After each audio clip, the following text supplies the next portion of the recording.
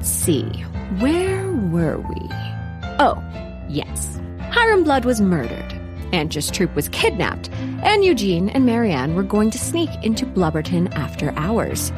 But what about the rioting at the $1 Million Club? What indeed? Well, let's turn the clock back a bit and catch up with Shaindel Blum, the almost police officer, who, due to discriminatory policies, was put into the lesser European storage room at the club. Here you are, sitting any chair you like. This is ridiculous. Much is ridiculous, but here we are. Maybe she's right. I'm actually an envoy from the micro-monarchy of Novi Polci.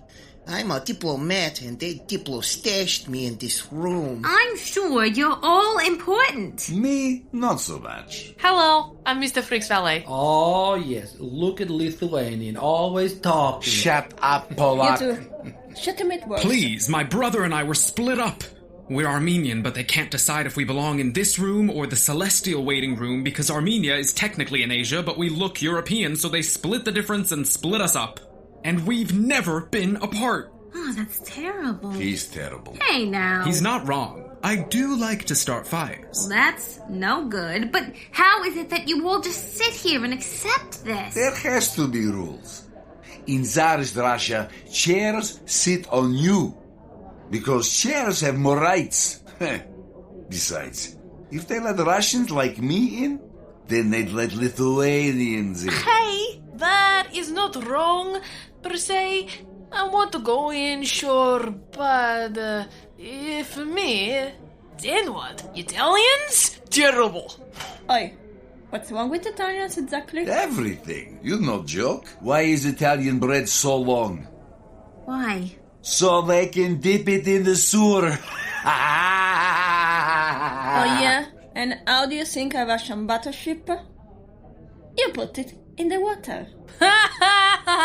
Oh, yeah? Why does Lithuanian have a chair next to his bed? So he can take a rest after sleeping. Because he so lazy. I'm not lazy.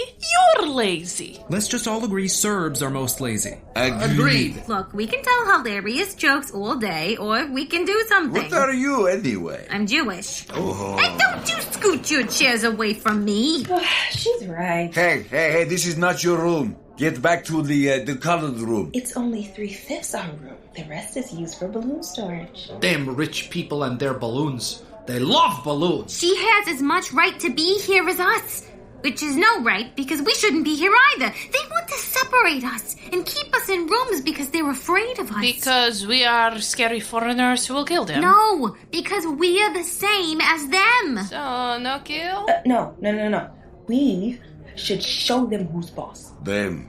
They're the bosses. Yes, technically true, but we have to show them that they can't force us to bend their stupid rules. See, yo soy cubana, and I don't even have a room. So we're good enough to serve them, but not to sit with them? Yes.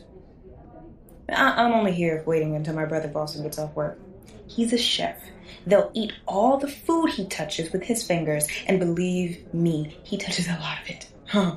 He's got like a real finger thing. But they won't even shake his hand? That's humbug. The touching food part or the not shaking hands part? Both can be wrong, but we can't let these rich schmucks run things. Yeah, my cousin is waiter, but I am the one doing the waiting. We must destroy them. Anarchy! No, wait! I'm an almost cop! Yes, burn it all down. Fire! Become an anarchist. The Habsburg will be destroyed. Riot!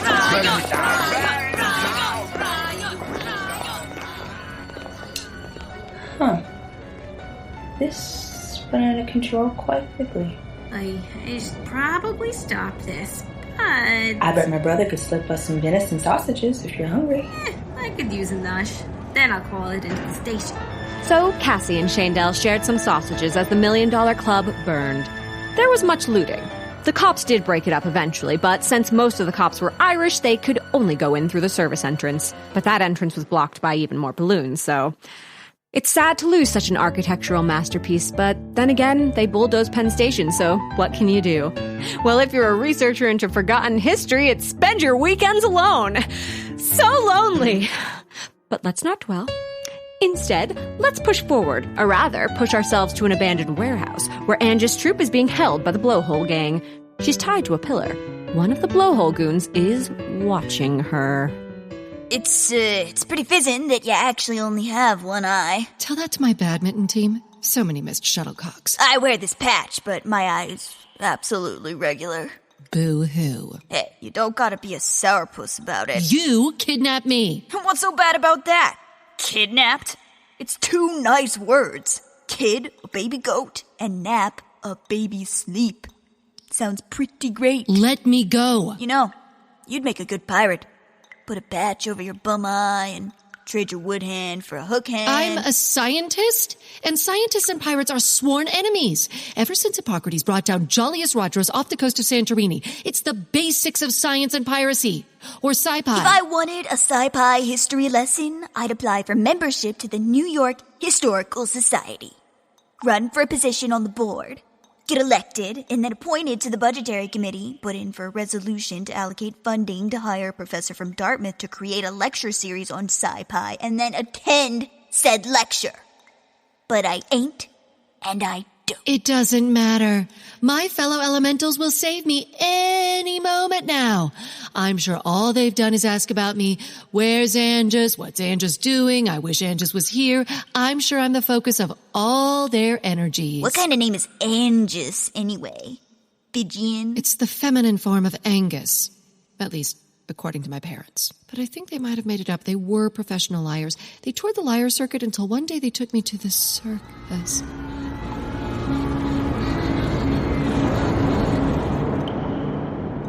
It's no mistake that carnival and carnage come from the same linguistic root.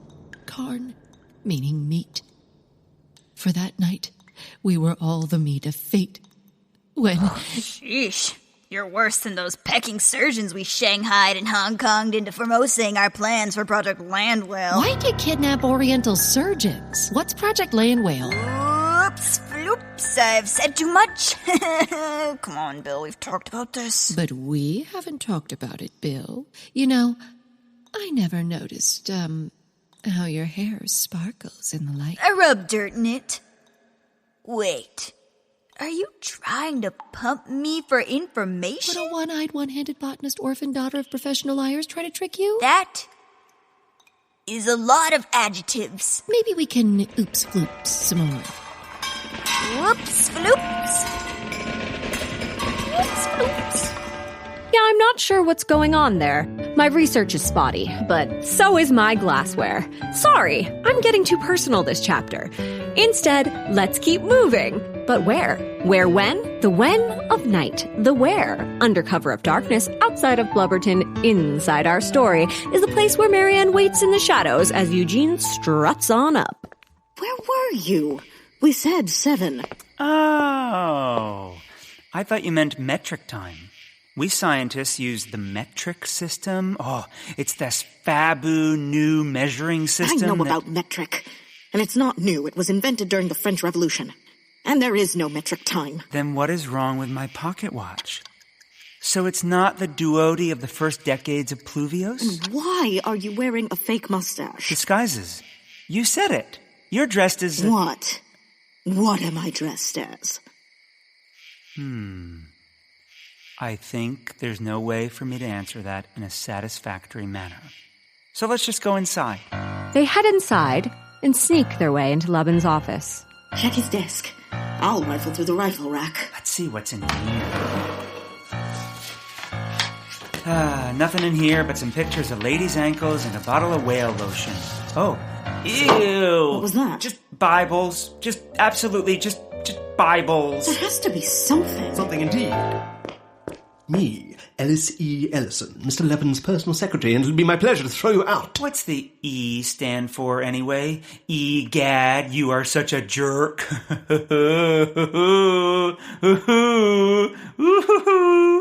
No, Ellis. You're Ellison. My parents were very stupid. Now leave. Listen, Ellis. One Ellis is fine. Didn't you have a mustache last time? No. Do you want mine? Here. It's a bribe. No. My mustache! That was made from real muskrat fur. Wait. What is Henry B. Lubbins, the third, personal secretary, doing here after hours? Running errands. I have plenty of errands. Like murder? No. Are you sure? Yes. Are you sure you didn't not murder our friend Hiram? That is a double negative, then I'd have to say yes. I didn't not murder him. You're good. Almost too good.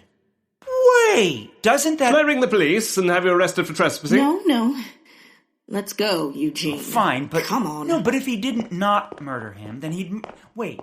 If one of him always lies and the other always tells... Good. They're gone. Now to sneak over to the desk.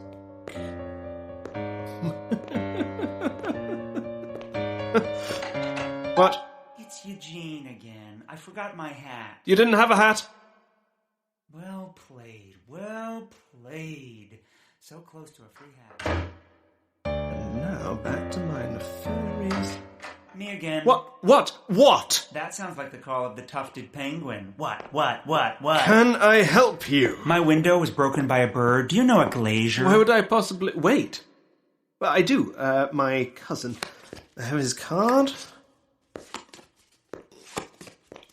Here. Oh, thank you. Wait. Is this card stained with... fish guts? No.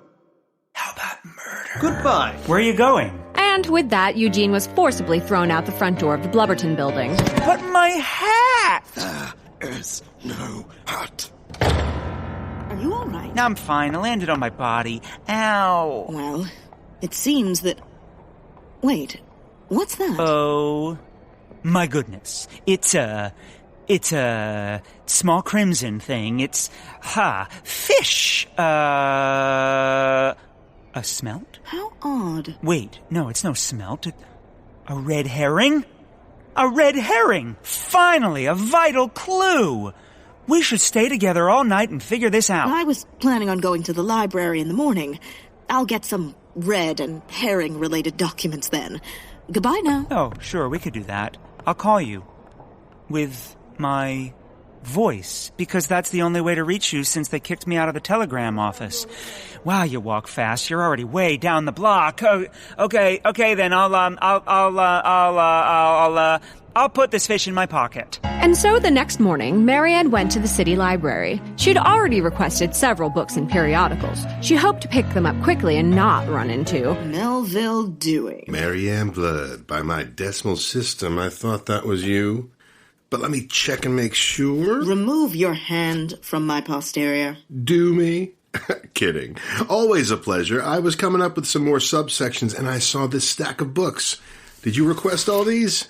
You know, reading gives you crow's feet. Don't want to mess up perfection. Give me the documents. I like these modern women. Suffragettes and firebrands. Tell me, do you ascribe to free love like Mrs. Woodhull, or are you more chastened? My views are my own. Let's see. 599.5, 579.4. Interesting. And why then also do you want these 610s? A little advanced. I have my reasons. We all do. You're an artist, and we all know artists are only one step above 306.74. You think Walt Whitman worked the cat houses? The Cowabunga Times said... Do you believe everything you read, Dewey? I sort of do. Get it? Sort, do, Dewey. My system? Zoons. I don't have time Come, Mary, quite contrary. Let Dewey see how that garden grows. The books. Don't. I can sort you into obscurity. I control the flow of information. One well-placed decimal, and you're gone. Don't make me do to you what I did to Algernon Gilfloss. Who? Exactly. So be a dear, smile. Let's get a little gooey with Dewey. Hey, Maryanne! Is that you? Doubles! Yes, here. Please, call me Shaindel.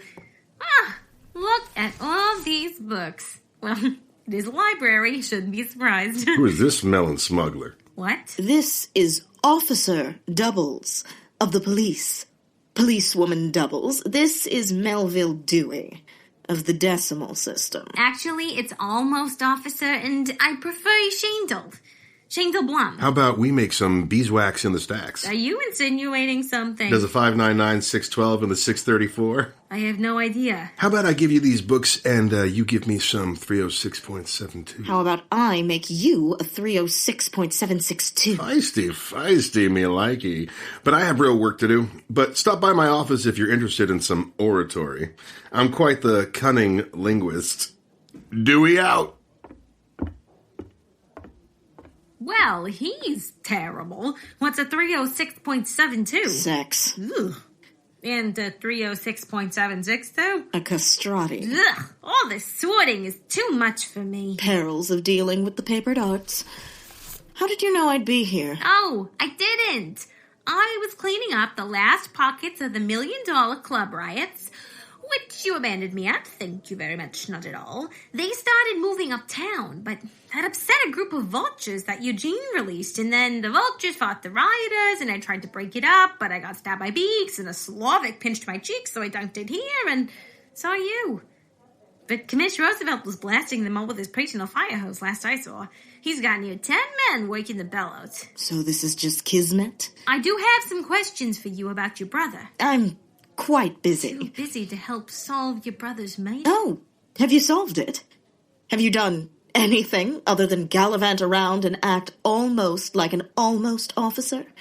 They only hired you to fill a quota. If you were a real, legitimate officer, you'd have done something, anything. Well? I have a lead, a kind one, but there's been several disappearances of seamstresses and... A sewing circle. That's your big theory? What is it? That they quilted him to death? It all started around the time your brother... Let's grab at straws, officer. Look, it's not your fault. They laughed at my brother's murder, so they put a joke on his case. I'm sure you're doing your best. It's just that your best isn't very good. Ouch. Ouch indeed. But at least you can still say ouch.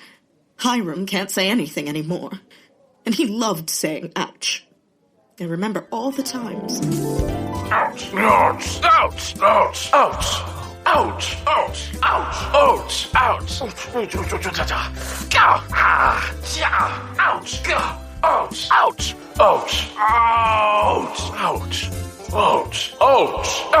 ouch, ouch, ouch, ouch, ouch, ouch, ouch, ouch, ouch. Forgive me, but do let me know when you've cracked it. I must go. I'm sorry. I'll try to... Who's over there? What are you doing with that magazine? Don't you tear out a page that's library property. That's no good. Come back. Stop. Police. As Shaindel runs after the magazine defacer, let's check in with Eugene and the glazier, who is currently repairing his window. There you go. Window's good as new. Whew, that was fast. As the Radvoid song goes. No fuss, no muss, no dirty Navajos. Trust Ellis Glass for all your window. Not sure why you had to drag Navajos. Send for us. Still going. For top-notch service. Make sure you go and ask for Purvis. Great. If Well, Purvis ain't around, ask for Albert or any of our staff. We'll help you out. Very good. And if we've left for the day, don't worry. We'll come on another day. You run day with Ellis day. That's Glass, because we Carica Ellis Glass, because we love America. We really do.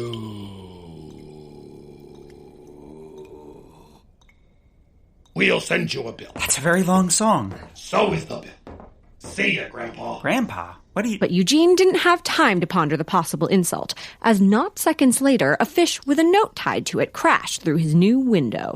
Oh, what the fish? A note! Again? It's from Anjus. Oh, right. Anjus, she's been kidnapped. We should really be doing something about it. Like, read this note. Let's see. Eugene, I need your help. I'm being held captive by the Blowhole Gang at a warehouse, number 10 Gold Street. I was able to get this letter out because one of the goons was captivated by my beauty. Huh. Well, takes all kinds. Anyway, he snuck this note out for me. The gang takes a late-night prostitute break at 11 p.m. He'll leave the rear door unlocked. Come along. go. Save me, Anjus. Yes, I need to do something. Must write back. Don't worry. I'll be there.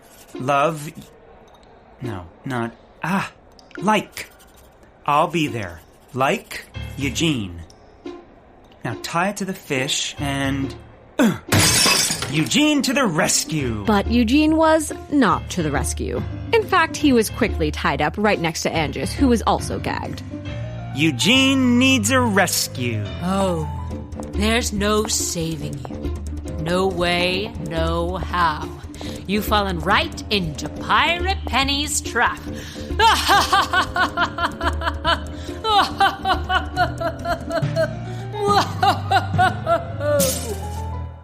Whoa, hey.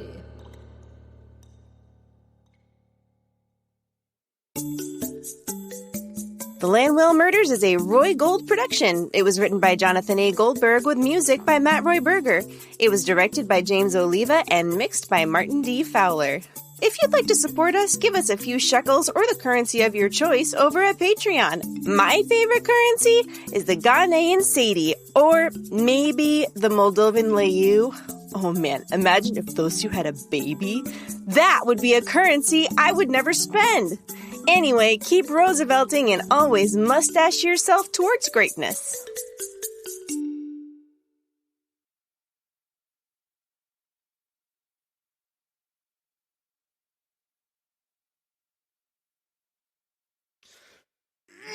A hat! A hat! Well, let me tell you a story about a hat. My grandmother owned a solid gold hat. Beautiful. I remember standing on her knee. I was a very small child, stroking the brim of it. Omar, I'd say. My grandmother was Dutch. Omar, one day will I wear your hat? Yes, always yes, because my grandmother was a kind woman, a loving woman. She'd let me put the hat on my head. Those were happy days. Wearing a gold hat and eating salt licorice. Have you ever known such joy? I can see it in your face, you haven't. You're a joyless man. Enjoy your pavement.